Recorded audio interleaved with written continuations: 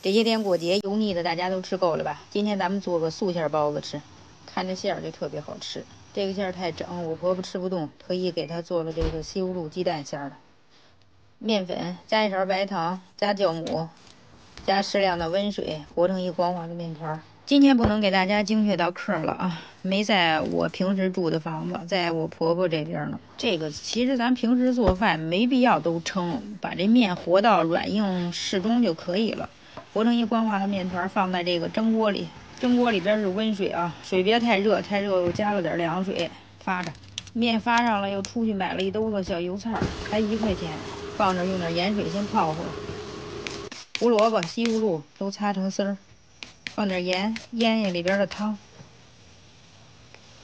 小油菜用这个水焯一下，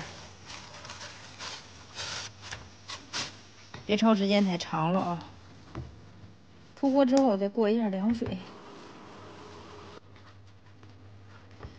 这个切的时候别切太碎了，太碎了它烂。香菇，这也是焯过水的香菇啊，切成丁儿。这个是熏的豆干，也可以用豆腐切成丁儿炒一下。3几个鸡蛋，然后盛出一半，给锅里剩一半，把豆干放里再炒一下。关火之后，把这个香菇和油菜倒里和拢匀了。调料也不用放太多，放点葱姜、香油、五香粉、盐。做的时候再和拢啊，看这面发的。放面板上，再给它揉揉排排气，然后分剂子。如果时间来得及，把切好的面筋儿给它揉一下；时间来不及，就直接擀就可以。包馅儿，馅儿有点散，不大好包。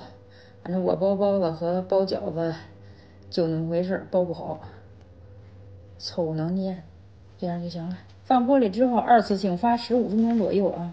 这是西葫芦鸡蛋胡萝卜馅儿。说的我看你家老太太家，我怎么知道呀？熟了，出锅看，颜值不咋样，不过馅儿挺多的，挺好吃。这些天过节油腻的都吃得多，有时间您也试试这素馅儿的。好了，今天的视频就分享到这儿，谢谢您的观看。